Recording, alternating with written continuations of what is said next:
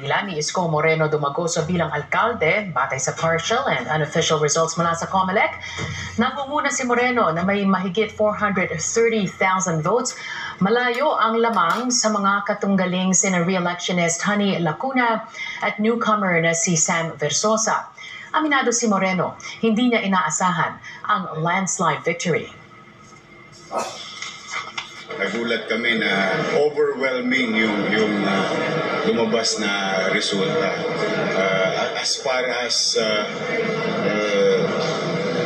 2:30, I guess, 2:30 a.m. ngayon, officially yung numero is about 550,000 plus. Maraming salamat mga batang Maynila. I hope, maiayos natin ulit ang lungsod. Kapamilya, narito ang latest partial at unofficial results sa mga tumatakbo sa pagkasenador mula sa COMELEC media server. Nangunguna pa rin sa first place, Bongo with 21,782,116 votes. Pumapangalawa po si former senator at magiging senador na ulit, Bam Aquino, 16,822,042 votes. Kasunod dito, Senator Bato de la Rosa with 16,679,357. Sumusunod sa pang-apat si Erwin Tulfo with 13.8 million votes. Nasa pang-lima si Kiko Pangilinan with 12.3 million. At pang-anim si Rodante Marcoleta with 12.2 million. On 7th place, Ping Lacson with 12.1 million votes. Former Senate President Tito Soto, 11.9 million votes. Senator Pia Cayetano, 11.7 million votes. Si Camille Villar naman ang nasa number 10 with around 11 million votes. Sinusundan ni Lito Lapid with 10.8 million. At si Senator Amy Marcos ang nasa number 12 with 10.7. Ito naman, yung mga nasa 13th to 18th place, Bong Revilla, 9.7 million votes. Ben Tulfo, 9,741,000 votes.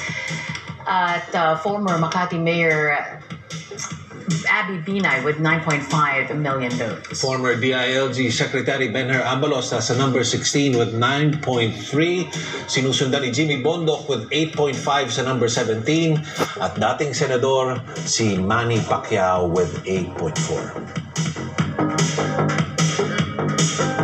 Nasurpresa at nakahinga na ng maluwag si Senator Bongo nang malamang nangunguna siya sa partial and unofficial count ng halalan 2025. Inamin ng re-electionist senator na sariling sikap ang kampanya nila ngayon, hindi tulad ng 2019 nung nasa posisyon pa ang kalyadong si dating Pangulong Rodrigo Duterte. Nagpasalamat siya sa mga taga-suporta sa tiwalang ipinagkaloob muli sa kanya. Malaking bagay po ito sa akin dahil ito po yung performance rating bilang isang incumbent senator. Diyan mo makikita kung nagtrabaho ka ba for the past 6 years. Ito yung paghuhusga sa amin bilang re-electionist kung nagtrabaho kami. At masaya po ako sa inyong suporta at tiwala. At patuloy po akong magsiservisyo sa inyo. Sipag, pagmamalasakit at more serbisyo po ang iaalay ko sa inyo.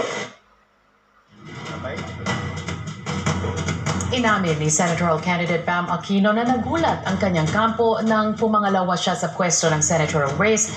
Sabi niya hindi niya inaasahang mapabilang siya sa top 6. Sa simula pa lang, anya, ang tanging nais niya lang ay mapabilang sa Magic 12. Dagdag niya, ipinakita ng kampanyang ito na kayang baguhin ang forma ng politika sa bansa kung magsisikap ang taong bayan. Nagpasalamat din siya sa lahat ng mga suporta at tiniyak na seseryosohin ang pagbigay ng vote of confidence ng taong bayan. Well, syempre nagulat kami with high standing. Earlier today, We were hoping na sana mag-8 tayo, mag-9 or 10. Nakakatuwa ito nag-number 2 and hitting very good results in many areas in Luzon and Visayas. So, nais lang po namin magpasalamat sa lahat po ng mga tumulong. Alam ko pong maraming volunteers yung nag-ikot kahapon at ngayong araw na ito. Marami pong kabataan ang talagang pinush po tayo, pati po si Senator Kiko. So we'd like to thank everyone. Maraming salamat po and we promise po hindi po namin sasayangin ito pong binigay niyo po sa amin.